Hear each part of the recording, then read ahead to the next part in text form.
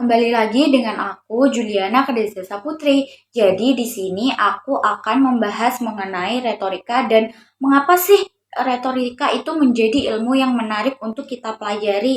Jadi pada pembahasan kali ini aku akan membahas 5 poin penting dari retorika, yaitu yang pertama adalah pengertian dari retorika, yang kedua adalah tujuan dari retorika, lalu ada fungsi dari retorika, jenis-jenis retorika, dan manfaat retorika.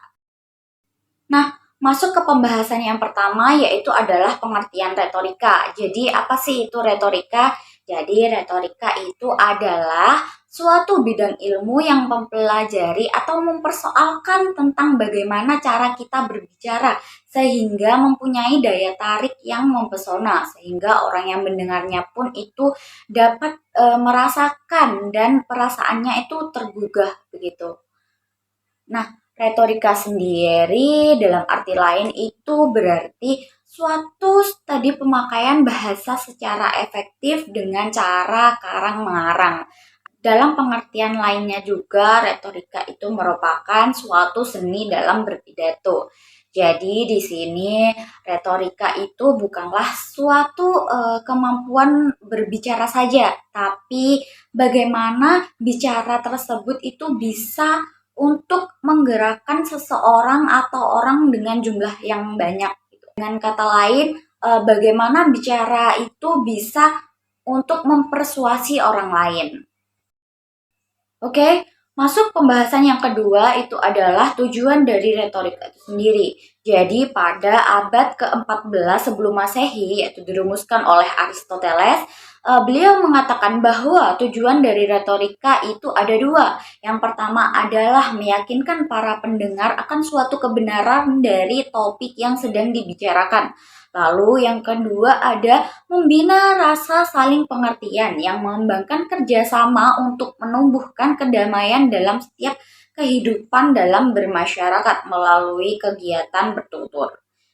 Jadi secara singkatnya tujuan dari retorika itu adalah mempersuasi lawan tutur atau lawan bicara.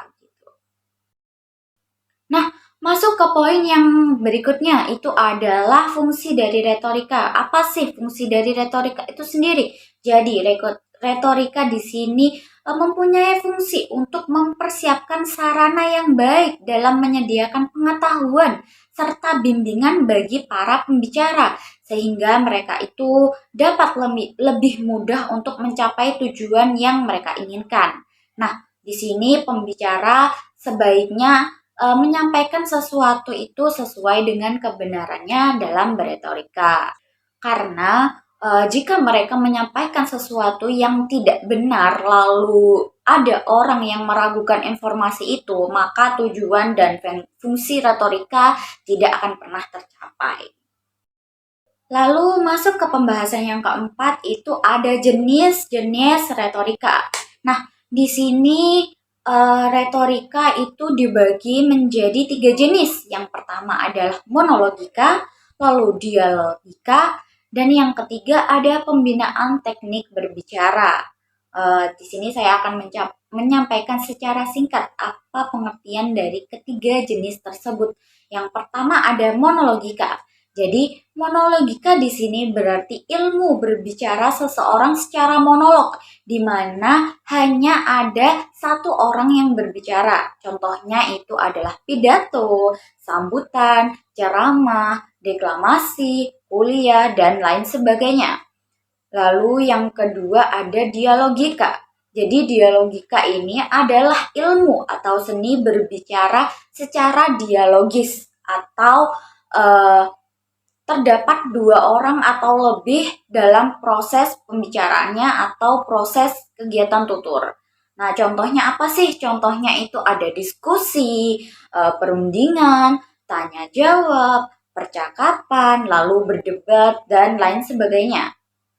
Yang terakhir ada pembinaan teknik berbicara. Nah, pembinaan teknik berbicara ini sendiri akan berfokus pada teknik pernafasan, teknik mengucap, bina suara, dan teknik bercerita.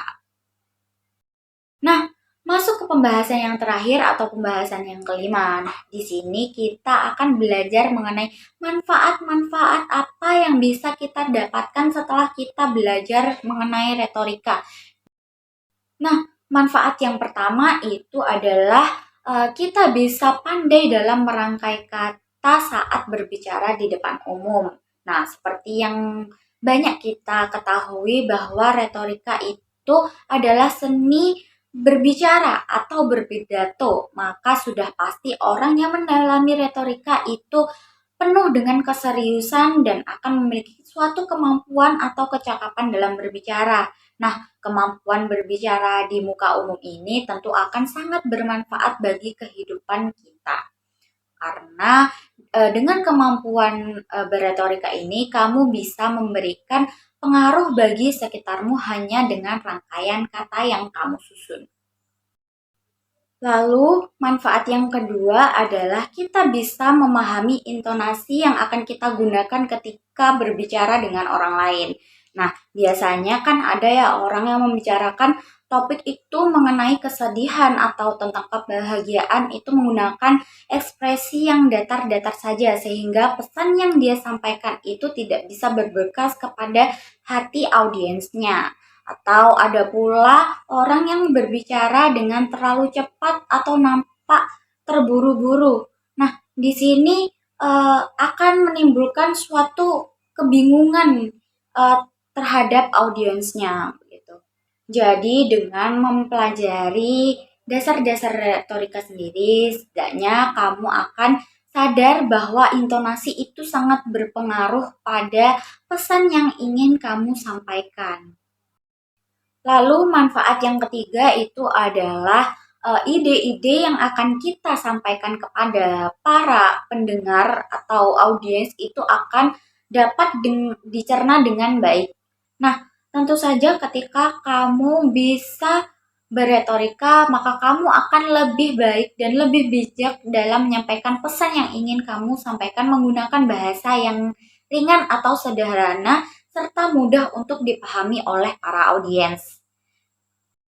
Nah, untuk manfaat yang terakhir ketika kita belajar retorika adalah kita bisa akan lebih menghargai orang-orang yang ada di depan kita. Nah, di sini retorika sendiri itu tidak selalu berbicara mengenai berorasi di depan publik, akan tetapi retorika akan membentuk kita menjadi pribadi yang pandai menghargai orang lain yang sedang berbicara di depan kita. Nah, sebelum kita menjadi pembicara yang baik itu, kita harus menjadi pendengar yang baik terlebih dahulu. Karena itu merupakan suatu hal yang mutlak. Karena indera pendengarlah yang akan lebih dulu berfungsi daripada kemampuan lidah kita untuk bercakap-cakap. Oke, mungkin itu adalah sedikit penjelasan dari saya mengenai retorika. Di sini apakah kamu tertarik untuk belajar berretorika?